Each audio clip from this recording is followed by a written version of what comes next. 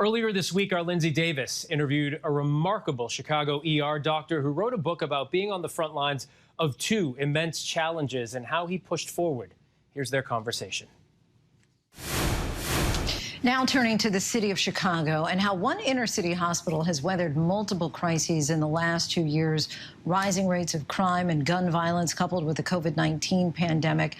Dr. Thomas Fisher is an emergency medicine physician at the University of Chicago who has served the city's South Side for more than 20 years. He's the author of the new book, The Emergency, A Year of Healing and Heartbreak in a Chicago ER. Dr. Fisher, we thank you so much for joining us tonight.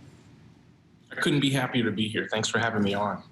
So you begin your book in March of 2020, at the very start of the COVID-19 pandemic. Your emergency room was already full, treating victims of the city's gun violence epidemic. You write that it was as if you and your colleagues had to relearn medicine. Just relive for us those first few days and weeks. Those were such frightening times. If you remember, all of a sudden in March, society closed. Everything from the NBA shutting down to our stores limiting access, everything we had to do was new and different. And that was no different in the emergency department. Our waiting rooms, previously filled with the chronically ill, we left and all we saw were people who had high fevers, coughs. We had to don and doff protective wear in a way that we had only practiced but hadn't had to actually do in real life. And for the first time, our own lives were in the equation when we went to work. And this pandemic, of course, as you just stated, has extended now more than 2 years. You and your staff have had to see the worst of it during that time. What keeps you going, as well as your staff? If nothing else, this has refocused us on the recognition that we're all in this together. Our health has come into sharp relief. It's become clear that our bodies are the biological platform upon which everything else that we do exists. Our ability to work and love and learn and interact with one another is all dependent on our health. And while that was conceptual before the pandemic, there's nothing like the idea that almost 1 million people are now dead as a function of COVID over the past 2 years to refocus us on the importance, the central importance of our health and our healthcare system in shaping our lives. When your hospital is busiest, you write that you can get to about 10 patients an hour with face-to-face time only lasting for about 3 minutes per person, a very short amount of time. What suffers most when you only get a short glimpse of your patient's condition?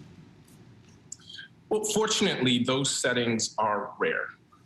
Only in the busiest of times, in the busiest of areas, do you have that limited time frame where you get to know somebody. What's interesting about taking care of patients in the emergency department is there's such intimacy between strangers. It is in those moments that people come in seeking help for something that is most tender and dear to them, their bodies and their health. And they reveal to you things that are extremely private and intimate. And sometimes they reveal their bodies themselves. Throughout the book, you write letters to specific patients that you've treated, writing to one patient, "I want you to see me just as I want to see you. We're here together." What is the message that you're trying to convey to your former patients and your readers in the letters? Throughout the book, what I try to do is bring people into the intimacy of that physician-patient relationship and to see how both physicians and patients are trapped in an unjust system. As society is shaped by racial caste and decisions that elevate profit over people, so is the healthcare system.